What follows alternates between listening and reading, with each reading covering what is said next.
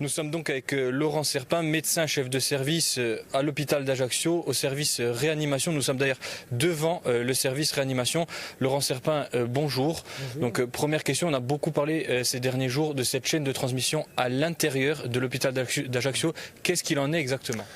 Alors, il y a eu sans doute une population initiale qui revenait d'un endroit qui était cluster. Et quand on a découvert le cluster de Mulhouse, on a compris très vite le potentiel d'infestation que ça pouvait représenter. À partir de là, les mesures ont été immédiatement prises puisqu'on était déjà en alerte. Mais il est bien évident que automatiquement, il y a des patients qui ont pu être contaminés à partir de ce moment-là. Voilà. Et le cluster ajaccien, entre guillemets, puisqu'on était le 3e cluster français, est un cluster, oui, qui vient d'une population qui a été contaminée. Mais bon, c'est le propre des infections virales, ça se passe toujours comme ça, quoi.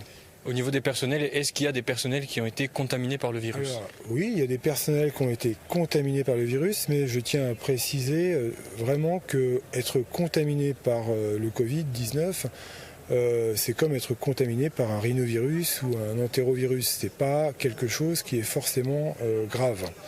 Donc il y a des gens qui ont été contaminés par le Covid, mais des gens qui en ont généré la maladie, ça beaucoup moins, pratiquement pas. Et toujours des pathologies bénignes. Voilà. Est-ce qu'aujourd'hui on peut dire que cette chaîne de transmission est identifiée, va être stoppée ou non ? Alors, elle est identifiée, et ça depuis pratiquement les premiers jours. Elle est stoppée, mais nous sommes maintenant en période épidémique, ce qui signifie que toutes les personnes en ville, partout, peuvent être les vecteurs. Et donc la chaîne de transmission, elle est contrôlée au sein de l'hôpital par des mesures drastiques et par des efforts insensés de tous les personnels soignants. Mais néanmoins, la seule solution pour que nous puissions lutter efficacement contre la transmission nosocomiale du virus au sein de l'hôpital, c'est le confinement. Il faut que les gens ne se contaminent pas entre eux à l'extérieur de l'hôpital. Donc il faut rester chez soi, c'est la seule base. Justement, on voit que le confinement a commencé, que certains ne le respectent pas. Qu'est-ce que vous, en tant que médecin, qu'est-ce que vous pouvez nous en dire ?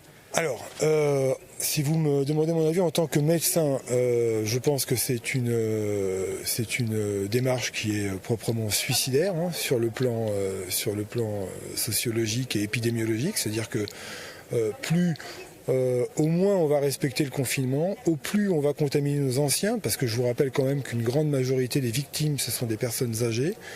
Et donc ça s'assimile à un crime. Je veux dire, on ne peut pas maintenant, alors que le monde entier est en confinement, nous continuer à nous amuser, à être dans la rue et à rigoler, quoi. C'est terminé, il faut rester chez soi le temps qu'il le faudra. C'est la seule solution. Si on ne le fait pas, on est perdu. Voilà.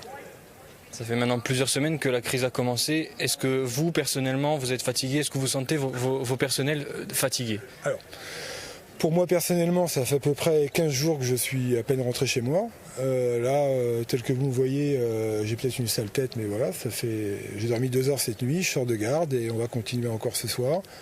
Et c'est comme ça pour tous mes collègues et c'est comme ça pour tous nos personnels paramédicaux. Et bon, on ne le dit jamais assez, mais bon, moi je suis très très proche de mes infirmières.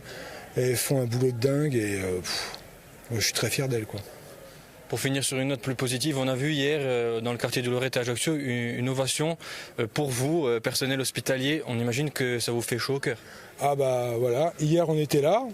Il y avait tous les gens autour qui étaient en train de nous acclamer. Il n'y avait pas une seule des filles qui pleurait pas. Et moi, je dois vous avouer que j'en étais pas loin quand même. Voilà, c'est très très émouvant parce que c'est dur. C'est très dur, c'est plus dur que tout ce qu'on a connu de ma vie. Moi, personnellement, j'ai 50 ans. J'ai jamais connu un truc comme ça.